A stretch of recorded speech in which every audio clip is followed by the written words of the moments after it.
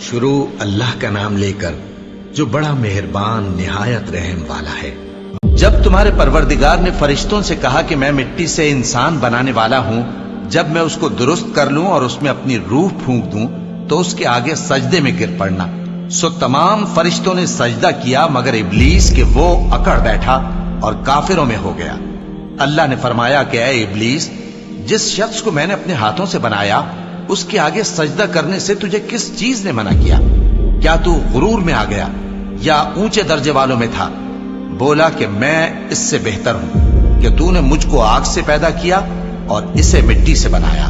فرمایا بس یہاں سے نکل جا، تو مردود ہے اور تجھ پر قیامت کے دن تک میری لعنت پڑتی رہے گی۔ کہنے لگا کہ میرے پروردگار، اچھا تو مجھے اس روز تک کہ لوگ اٹھائے جائیں مہلت دے۔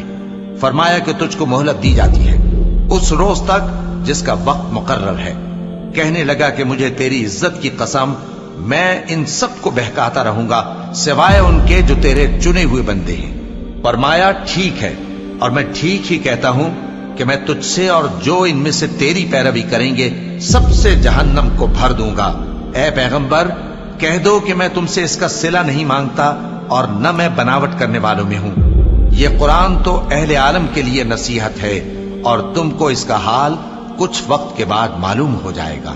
جب تمہارے پروردگار نے فرشتوں سے کہا کہ میں مٹی سے انسان بنانے والا ہوں، جب میں اس کو درست کر لوں اور اس میں اپنی روح پھونک دوں تو اس کے آگے سجدے میں گر پڑنا، سو تمام فرشتوں نے سجدہ کیا مگر ابلیس کہ وہ اکڑ بیٹھا اور کافروں میں ہو گیا۔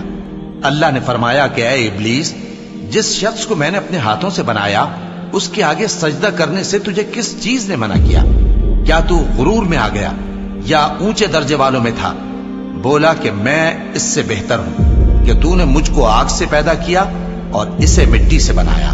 فرمایا بس یہاں سے نکل جا، تو مردود ہے اور تجھ پر قیامت کے دن تک میری لعنت پڑتی رہے گی۔ کہنے لگا کہ میرے پروردگار، اچھا تو مجھے اس روز تک کہ لوگ اٹھائے جائیں مہلت دے۔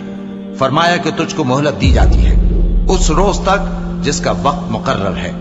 کہنے لگا کہ مجھے تیری عزت کی قسم، میں ان سب کو بہکاتا رہوں گا سوائے ان کے جو تیرے چنے ہوئے بندے ہیں۔ فرمایا ٹھیک ہے، اور میں ٹھیک ہی کہتا ہوں کہ میں تجھ سے اور جو ان میں سے تیری پیروی کریں گے سب سے جہنم کو بھر دوں گا۔ اے پیغمبر، کہہ دو کہ میں تم سے اس کا صلہ نہیں مانگتا اور نہ میں بناوٹ کرنے والوں میں ہوں۔